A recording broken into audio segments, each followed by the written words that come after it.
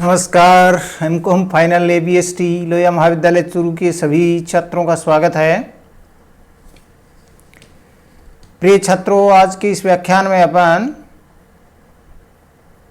Transportation से संबंधित maximising problems को डिस्कस करेंगे। ये ट्रांसपोर्टेशन जो प्रॉब्लम्स हैं उसका एक महत्वपूर्ण एस्पेक्ट है, जिसके अंतर्गत समस्या जो होती है वो अधिकतमीकरण की यानी मैक्सिमाइजिंग की होती है। मैक्सिमाइजिंग की समस्या का मतलब ये होता है कि जो वैल्यूज़ दी हुई होती हैं उनको उनकी लागत को कम करने के बजाय वो जैसे बिक्री या जो है प्रॉफिट उसको मैक्सिमाइज करने की बात होती है। तो ऐसी स्थिति में जब कोई समस्या होती है तो उसका एक अलग रूप होता है। जैसे मान लीजिए किसी फैक्ट्री में उत्पादन होता है तो उससे लागत होती है बनाने की, यानी निर्माणी लागत जिसको कहते हैं, और एक ट्रांसपोर्टेशन कॉस्ट हो जाती है जिसे विभिन्न सेल सेंटर्स पर यानी बिक्री केंद्रों पर भेजते हैं। बिक्री केंद्र जो होते हैं उनकी सेल्स होती है। तो जो कारखाने में कोई वस्तु को बनाने की निर्माणी लागत और उसकी ट्रांसपोर्टेशन की कॉस्ट जोड़ते हैं तो टोटल कॉस्ट आती है। सेल सेंटर्स जो होते हैं वो डिमांड सेंटर्स होते हैं जहाँ पर वस्तुएं भेजी जाती हैं।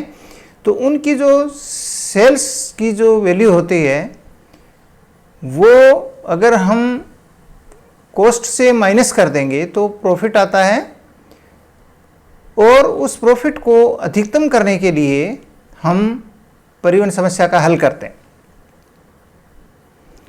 ऐसी स्थिति में अपने को ये ध्यान रखना होता है कि एक तो जैसे कॉस्ट मैट्रिक्स बनती है,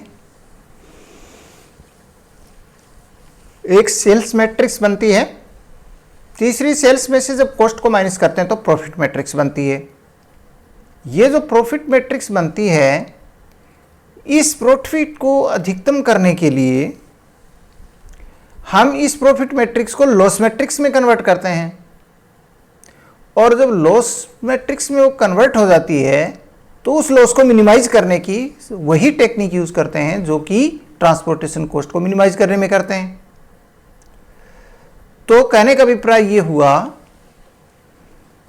कि हमें क्या करना होता है, हमें ये देखना होता है पहले कि लागत तालिका क्या है और सेल्स तालिका क्या है। सेल्स में से लागत को माइनस करके हम प्रॉफिट तालिका निकालते हैं, प्रॉफिट टेबल निकालते हैं। प्रॉफिट टेबल निकालने के बाद उसको लॉस में कन्वर्ट करते हैं, और रिलेटिव लॉस में कन्वर्ट करने का क्या रूल होता है कि जो मैक्सिमम पूरी टेबल के अंदर जो सबसे बड़ा जो लाभ होता है, यानी जो हाईएस्ट प्रॉफिट देने वाली जो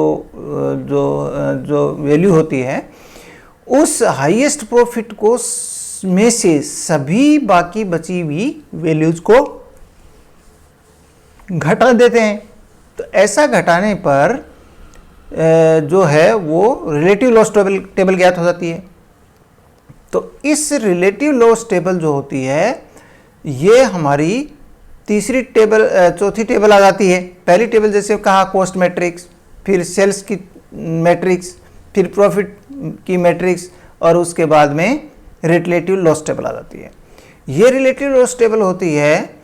इस रिलेटिव लॉस टेबल के अंदर हम अब ये मानिए कि ये समस्या है जिसको अपने को हल करना है, यानी उस लॉस को न्यूनतम करना है। तो परिवहन लागत के उन सभी रूल्स के हिसाब से जो रिलेटिव लॉस टेबल आई है उसके मैक्सिमाइजिंग, उसके वोगल विधि से सारा वही प्रथम हल ज्ञात करना और टेस्टिंग के तरीके करना, वो सारी प्रक्रिया रहती है। और अंत में जब सभी वैल्यूज नेगेटिव या शून्य आ जाती हैं तो वो जो टेबल हमें अनुकूलतम हल देती है, तो आवंटन तो उस लास्ट टेबल के अनुसार होता है, लेकिन जो प्रॉफिट होगा वो प्रॉफिट मैट्रिक्स से गुणा करेंगे, यानी यूनिट्स तो लेंगे हम लास्ट सॉल्यूशन वाली टेबल के, लेकिन प्रॉफिट्स लेंगे हम, जो अपनी थर्ड टेबल ज्ञात की थी उसके अंदर जो रिलेटेड जो वर्ग है उसमें जो दिखी हुई जो प्रॉफिट है उससे गुणा करके प्रॉफिट की अधिकतम राशि कैलकुलेट कर लेंगे। हम इस पूरी समस्या को एक क्वेश्चन से हम हल कर पाएंगे। जैसे एक ऐसी प्रॉब्लम है जिसके अंदर ए, बी और सी, डी 4 फैक्ट्रीज हैं, उनकी पर यूनिट कॉस्ट अपने को बताई हुई है और उनकी कैपेसिटी भी बताई हुई है उत्पादन की। इनकी उत्पादन की कैपेसिटी भी बताई हुई है। इसी तरीके से डिमांड सेंटर्स हैं, यानी जहाँ पर सेल्स होती है वो गोदाम है सेल्स के 1, 2, 3, और इनके ऊपर जो पर यूनिट सेल्स है वो भी अपने को बताई हुई है। और ये जैसे 15, 14, 16 ये जो है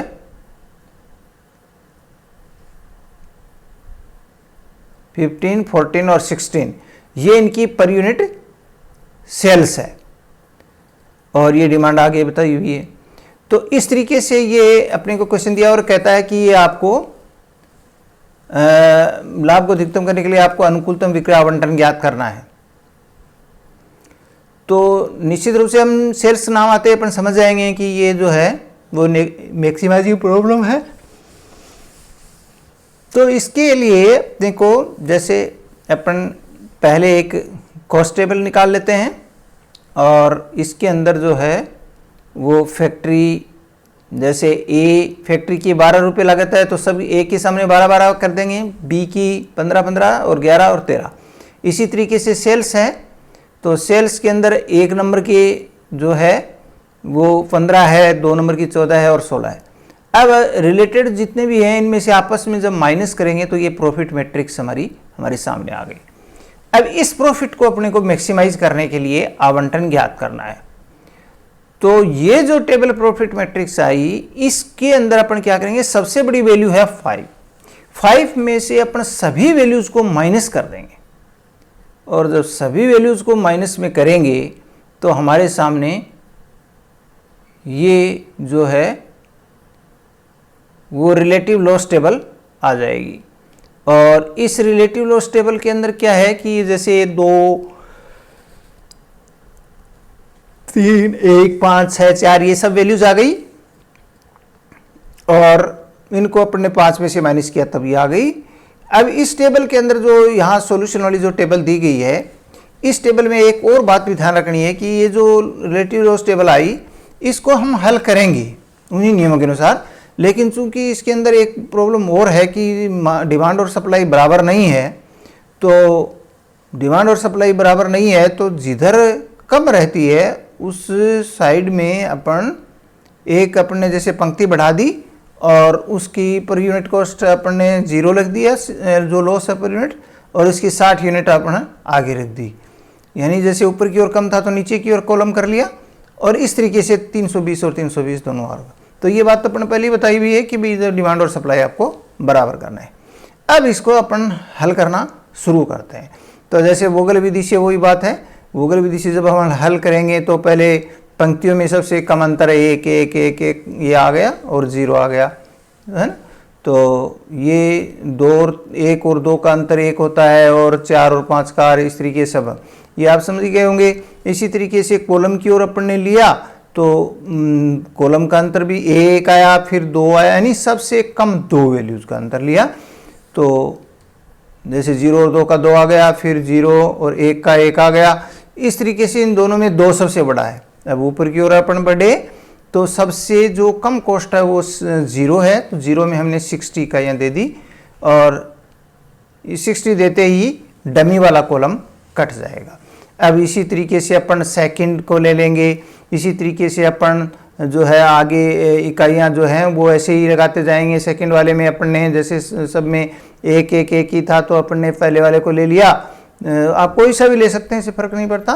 तो फिर अपन लेफ्ट में बढ़ेंगे तो फिर वही बात है, एक कॉस्ट यानी 60 का ही इसमें दे देंगे तो ये 3 नंबर का कॉलम कट जाएगा।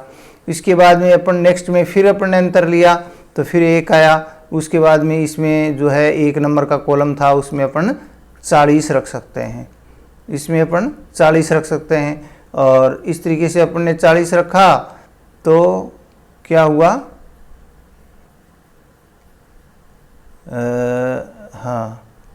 हाँ 2 नंबर में अपन ने रख दिया था, उसके बाद में 60 रख दिया था, उसके बाद में अपन ने 3 नंबर रखा, तो 3 नंबर में अपन ने 40 रख सकते हैं अपन। जो 3 नंबर वाला अंतर था उसमें अपन ने पहला ही राइट किया, तो उसमें 40 रखते हैं, तो 40 रखते हैं, तो 40 रखते ही क्या हुआ कि कॉलम कटा, यानी रो, कॉलम नहीं कटा, रो कटी। कौन सी? ए वाली रो कट गई। इसके बाद में नेक्स्ट अंतर लिया, तो ये अंतर अपन ने 2 आया, तो इस 2 में ऊपर की ओर बढ़ेंगे तो 0 तो चूंकि कट चुका था, तो 1 नंबर में अपन 60 रख देंगे। मैक्सिमम अपन 60 ही रख सकते हैं क्योंकि इधर 60 है, तो ये बी सी भी कट गया, ए कट गया, सी कट गया, डमी कट गया, है ना। इसके बाद में अपन एक और पर आ जाते हैं, तो इसमें भी 2 आता है लास्ट वाले अंतर में, तो इसमें भी अपन ने फिर क्या किया कि जो डी है उसमें अपन 20 रख सकते हैं, क्योंकि मैक्सिमम जो है वो 120 हो सकते हैं, तो इसमें अपन 20 रख देंगे तो 1 नंबर को जो कॉलम है वो कट जाएगा। इसके बाद में जो बाकी बची इकाइयाँ जितनी भी हैं वो अपने रख देंगे और दोनों ओर का बराबर कर देंगे। तो ये एक तरीका है जो कई बार आपको पीछे के सवालों में अपन कर चुके हैं।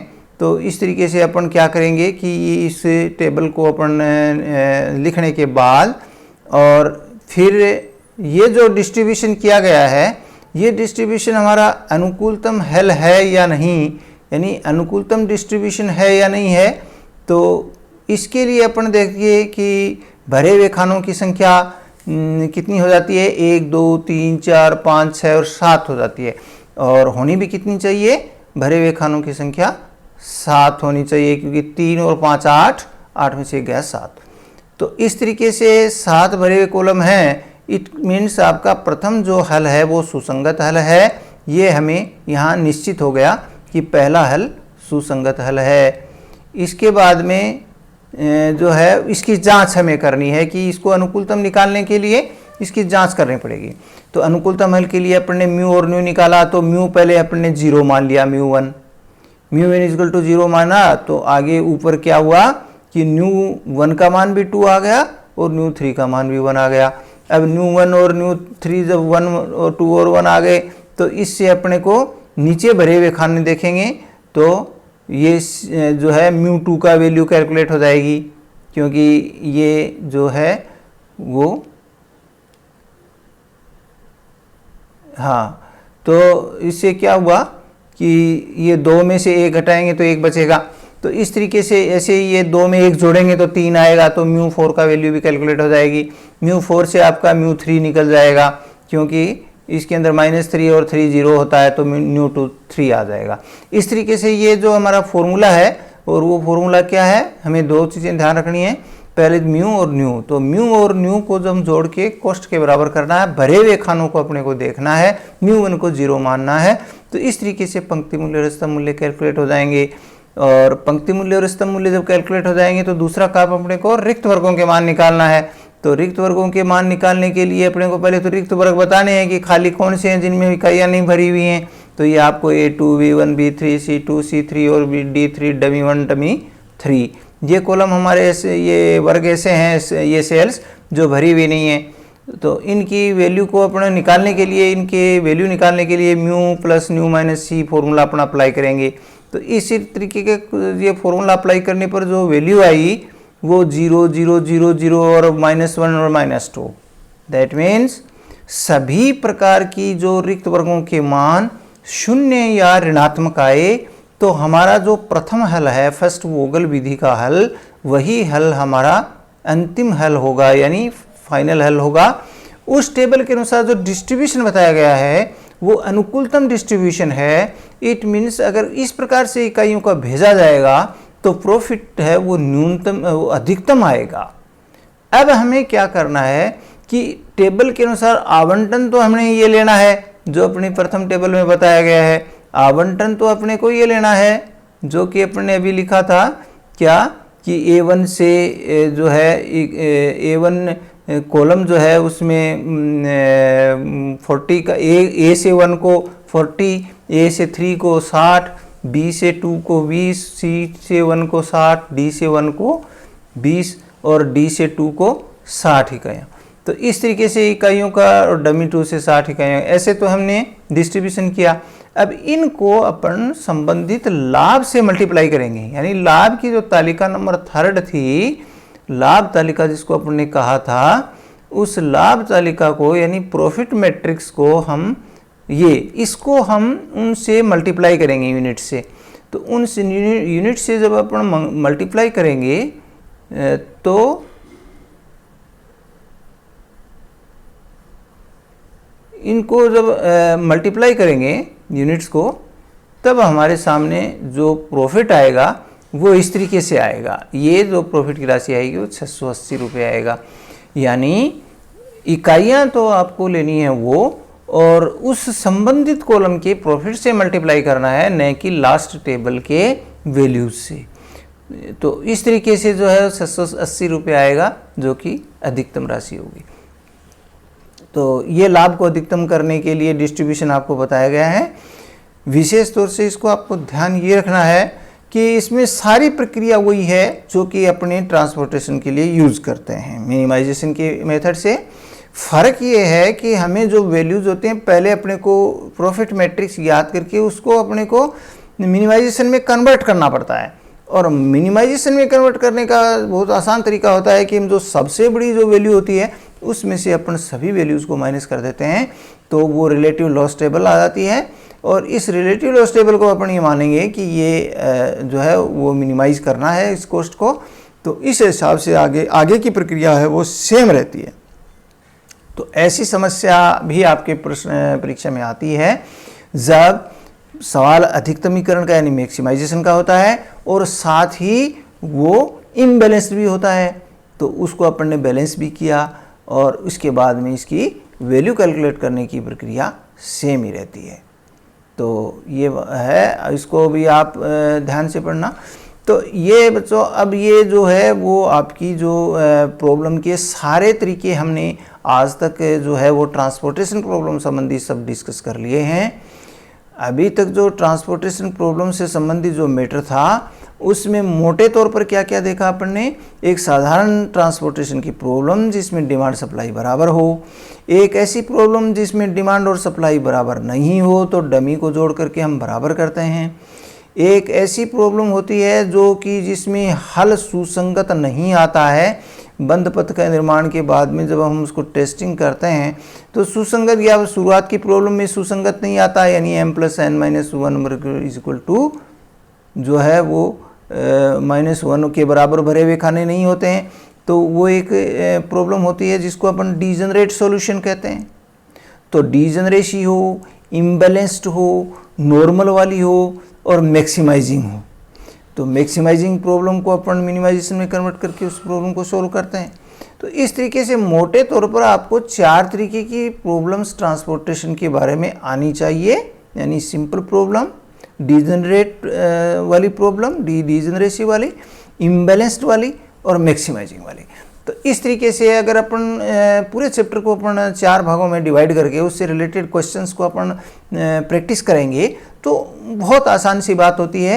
एक ही तरीके से प्रैक्टिस का तरीका, थोड़ा सा आपको ध्यान रखना है कि जब हम बंद पथ का निर्माण करते हैं तो वो निर्माण करते टाइम ढंग से उसका निर्माण हो बंद पथ का, और उसके बाद में फिर उसकी इकाइयों को जब एडलेस करते हैं, एडजस्ट करते हैं, तो उसको भी आपको ध्यान में रखना चाहिए। तो वो रूल्स फॉलो करेंगे आप तो कोई समस्या इसमें उत्पन्न नहीं होगी। आज के लिए इतना ही, धन्यवाद।